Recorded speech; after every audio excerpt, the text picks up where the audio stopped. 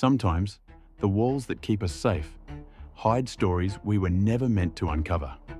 In 2015, a Pennsylvania family made a discovery so bizarre, so disturbing, that it turned their quiet home renovation into a living nightmare. This is the chilling story of the Bretzuis family and the dead animals in the walls. Auburn, Pennsylvania, a peaceful small town surrounded by rolling fields and old colonial homes. When the Bretzuis family bought their charming old farmhouse, they were excited to make it their dream home. The plan was simple: add insulation, fix the drafts, maybe a fresh coat of paint. But as contractors began opening up the walls, they found something no one expected. Behind the drywall lay bundles wrapped in yellowed newspapers from the 1930s and 1940s. At first, the workers thought they were just old garbage, forgotten by previous owners. But when they opened the first bundle, the smell hit them. Inside were animal carcasses, dozens of them. Chickens, small mammals, and bones, all carefully wrapped and sealed alongside half-used spices and strange objects. It wasn't just one or two. It was scores of them, hidden in nearly every wall. The Bretzuis were horrified. Why would anyone fill their home with dead animals?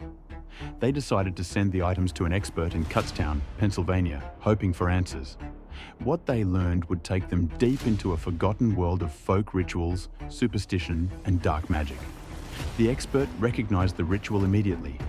It was something called Pow-wow, also known as Braucherei, a form of Pennsylvania Dutch folk magic that dates back to the 1600s and 1700s. The Pennsylvania Dutch weren't actually Dutch. They were German-speaking immigrants who settled in Pennsylvania centuries ago. Many were Lutheran, Mennonite, or Amish, bringing with them old European beliefs, a mix of Christianity, superstition, and rural medicine. They believed in a world filled with unseen forces, both good and evil, and used spells to heal, protect, and bless. One of the most famous powwow books was called The Long Lost Friend, a collection of charms, prayers, and rituals. Some spells were innocent, meant to cure a fever, stop bleeding, or protect livestock, but others delved into darker territory. The Washington Post once described powwow as containing both healing charms and spells for conjuring demons. One such ritual instructed followers how to create loyalty in a dog. It read, "To attach a dog to a person, draw some of your blood, and let the dog eat it along with his food, and he will stay with you." It's this mixture of faith and fear, healing and harm, that defined the powwow tradition. And in some rare cases, practitioners would seal dead animals inside walls, believing it could protect a home from evil spirits or disease. Experts believe that's exactly what happened in the Bretzuis home. Whoever lived there nearly a century ago practiced this ritual, wrapping the animals with spices and paper, performing blessings, and sealing them inside the walls to guard the house. It was supposed to be an act of protection. But decades later, it became a curse. As the Bretzuis continued removing the carcasses, they noticed something else. A strange mold growing on the remains and inside the wooden structure. Soon, members of the family began feeling sick, constant coughing, headaches, and fatigue. Tests confirmed that the mold from the decomposing animals had spread through the insulation and vents.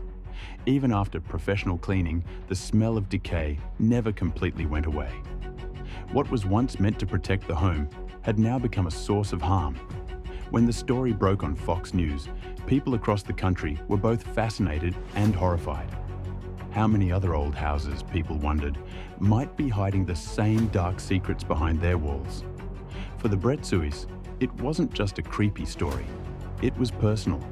Their family had to deal with real health issues, real damage, and an atmosphere of unease that lingered long after the carcasses were gone. They described the smell as impossible to remove. Even new insulation couldn't fully mask the odor that seemed to seep from the very structure of the house. As if the past ref